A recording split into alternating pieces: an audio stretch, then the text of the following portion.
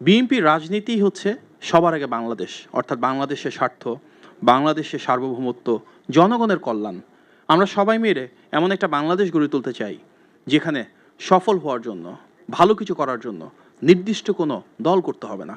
যাদের মেধা রয়েছে বৈষম্যহীনভাবে প্রত্যেকের জন্য রাষ্ট্রের কাছ থেকে, সমাজের কাছ থেকে সেই সুযোগটুকু আসবে। সেই সুযোগ তৈরির প্রত্যাশাই কিন্তু বিএনপি বিভিন্ন পরিকল্পনা জাতির সামনে উপস্থাপন করেছে।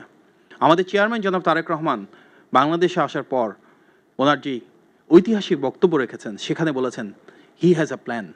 সেই প্ল্যানটাই হচ্ছে এমন একটি বাংলাদেশ গড়ে তোলা যেখানে আমাদের সমস্যার সমাধান হবে, ভাগ্যের পরিবর্তন হবে, দেশের প্রতিটি মানুষের স্বনির্ভরতার জন্য, সমৃদ্ধির জন্য বিএনপির সুনির্দিষ্ট সুবিস্তৃত যে পরিকল্পনা রয়েছে ইনশাল্লাহ জনগণের ভোটে নির্বাচিত হয়ে আসলে সেগুলো কার্যকর হবে, বাস্তবায়ন হবে।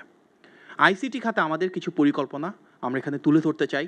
বিশেষভাবে আমাদের আইসিটি সেক্রেটারি একে মহিদুজ্জামান ভাই এবং ওনার টিম এগুলো নিয়ে দীর্ঘদিন ধরে কাজ করছেন। বিজলি কেবলসের স্কিন কোটেড ইনসুলেশন আগুন প্রতিরোধী। বিজলি কেবলস, নিরাপদ আজীবন।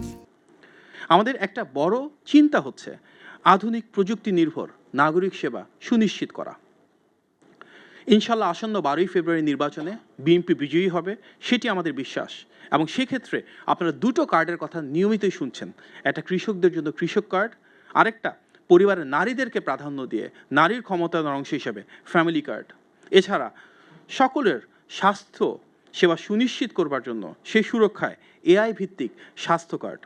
শিক্ষার মান বাড়ানোর জন্য আমরা বলছি কানেক্টেড স্কুল, যেখানে দেশের প্রতিটি স্কুলে আমরা মাল্টিমিডিয়া এবং ই লার্নিং সিস্টেম নিশ্চিত করতে চাই। তাৎক্ষণিকভাবে জরুরি অ্যাম্বুলেন্স এবং স্বাস্থ্যসেবা নিশ্চিত করতে চাই, যেন দ্রুততম সময়ে রোগীর জন্য আমরা সেই আধুনিক অ্যাম্বুলেন্স পৌঁছে দিতে চাই। এর পাশাপাশি অটোমেশনের মাধ্যমে দ্রুততম সময়ে আমরা আমাদের সিকিউরিটি অর্থাৎ পুলিশি ব্যবস্থা যেটা রয়েছে, নিরাপত্তা ব্যবস্থা যেটা রয়েছে সেটাকে জোরজয় করতে চাই।